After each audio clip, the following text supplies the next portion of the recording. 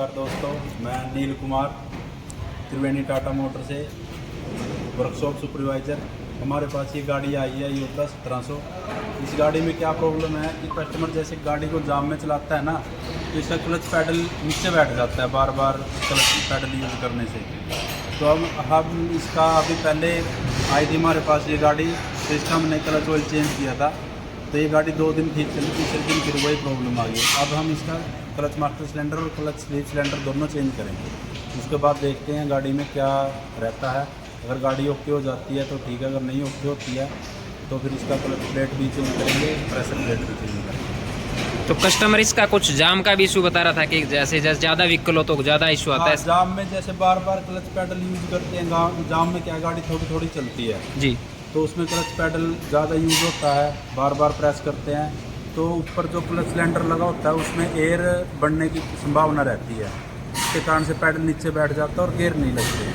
तो उसी प्रॉब्लम को सॉल्व करते हुए हम इसके सिलेंडर दोनों चेंज कर रहे हैं पहले। ओके। और क्लच गियर बॉक्स निकाल लेंगे बाहर, क्लच को देखेंगे क्लच प्लेट ठीक है या वो भी चेंज करेंगे। ओके।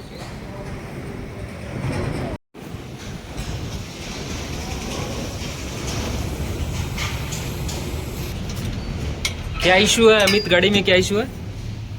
ये ब्रेक एयर और एयर बना रही है। अच्छा जी, तो अब क्या करोगे?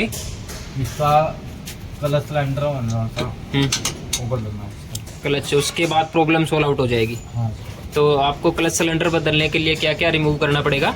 गियर बॉक्स उतारना पड़ेगा। गियर बॉक्स उतारना पड़ेगा। हाँ, इसके अलावा और कोई शॉर्ट तरीका नहीं है इसको काम करने का? नहीं जी, मतलब ये सिलेंडर है वो गियर बॉक्स के अंदर है। अच्छा, गियर बॉक्स के अंदर ही सिलेंडर आता है इसका? हाँ जी। अच्छा जी, तो अब आपको इसको गियर बॉक्स को उतारोगे, हाँ, उसके फिर फिर सिलेंडर चेंज होगा। हाँ जी। अच्छा, चलो ठीक है। तो हाय फ्रेंड, आज हम आपको दिखाएंगे कि जो योद्धा का जो है अपना सिलेंडर कैसे चेंज करते हैं। और आज के हमारे टेक्नीशियन रहने वाले हैं मिस्टर अमित, जो कि स्पेशलिस्ट एससीवी व्हीकल्स के लिए हैं। तो कैसे कैसे क्या क्या प्रोसेस करते हैं ये आज इस वीडियो में आपको पूरा दिखाएंगे।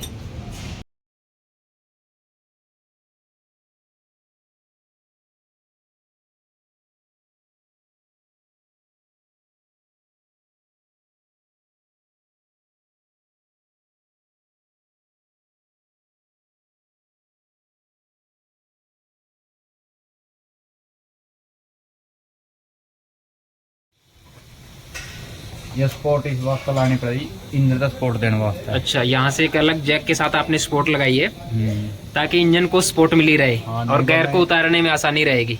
आसानी मतलब इंजन गिर जाएगा नहीं तो। अच्छा, पीछे वाली ये स्पोर्ट है ना गियर की, ये खुलेगी। अच्छा, ये स्पोर्ट खुलेगी ये वाली भी? हाँ, इसलिए इनको स्पोर्ट देनी पड़ती है। ओके, चलो ठीक है। ओके,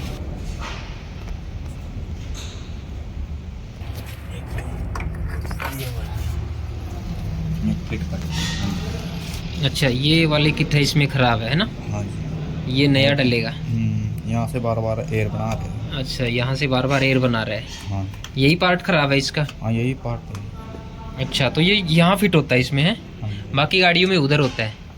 हाँ। तो अगर इसको रिप्लेस करना होगा, देखो ये साथ में बेरिंग का और क्लच मास्टर सिलेंडर का दोनों एक ही कॉम्बो बनाया हुआ है, एक साथ ही काम करता है। देखो ये देखो ये वाला पार्ट खराब हो गया। और एयर कैसे बनाता है ये? यो देखिए किट फट गई, इसकी किट हो अंदर। अच्छा, ओके, ब्रेक ऑयल निकल रहे हैं। अच्छा, इसको प्रेस करिए एक बार, दबा के दिखाओ। अच्छा, यहाँ से प्रेशर आता है ना, फिर वापस होता है। अच्छा, इसके लिए तो फिर पूरा गियर ही हटाना पड़ेगा अपने को? हाँ, गियर उतारना पड़ेगा। ओके। देखिए इसका हम आपको क्लच सिस्टम और दिखा देते हैं। ये बिल्कुल, बाकी क्लच वगैरह ओके इसका? ओके, सिर्फ इसी में प्रॉब्लम थी है? हाँ, इसी में प्रॉब्लम है। अच्छा जी, देखिए इसमें दिक्कत थी। ये देखिए पुराना पार्ट था जो यहाँ से इसकी किट खराब हो चुकी थी। और ये हम अब इसके नया पार्ट्स रिप्लेस करेंगे जो प्रॉपर तरीके से अभी बिल्कुल एक्यूरेट है। और देखिए कितना स्मूथली वर्क कर रहा है। और जो पुराने पार्ट्स में यहाँ से किसकी किट फटने से इसमें एयर बना रही थी, इस वजह से इसका क्लच जो पैडल है वो प्रॉपर काम नहीं कर रहा था, तो गाड़ी को बार बार यही प्रॉब्लम्स आ रही थी। और ये हमारे टेक्नीशियन मिस्टर अमित अब इसको रिप्लेस करेंगे और गाड़ी को ऑन रोड करेंगे।